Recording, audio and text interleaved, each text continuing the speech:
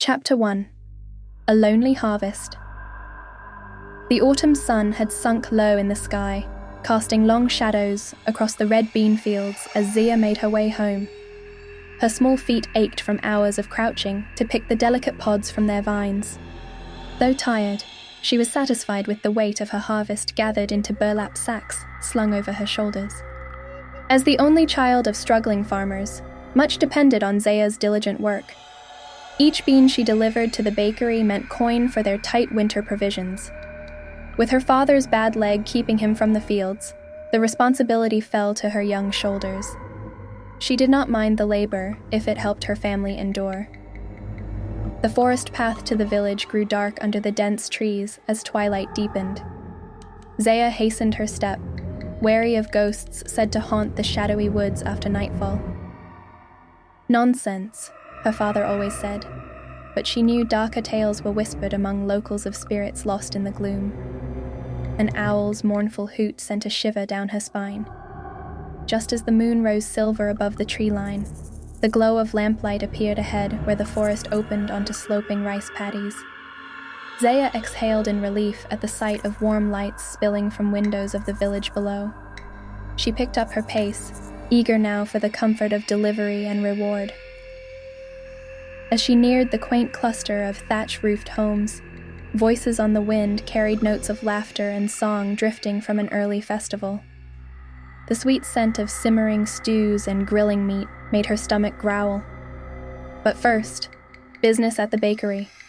The building sat apart from the village proper, a plain wooden structure casting its own oil lamp glow through rice paper screens. Zia lifted the hanging latch and slid open the door with care. "Delivery for Master Kitaro," she called into the warm, yeasty interior. From a side room emerged the stout baker, flour dusting his apron like fallen snow. His kind face crinkled in a smile at the sight of her. "Ah, right on time as always, and with a fine harvest, I see." Zia bowed, handing over her sacks. As Kitaro rummaged through inspecting each bean, his expression dimmed. "A shame the season has ended already. Winter will be long and cold without your folks' crops."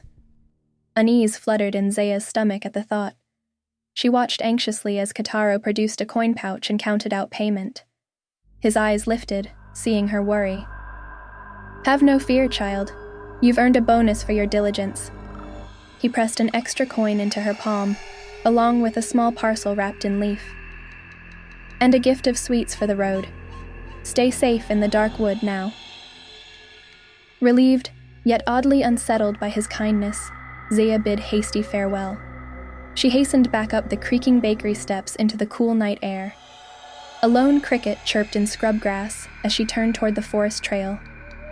Pale moon filtered past branches swaying in breeze. All seemed still, until from the corner of her eye, movement.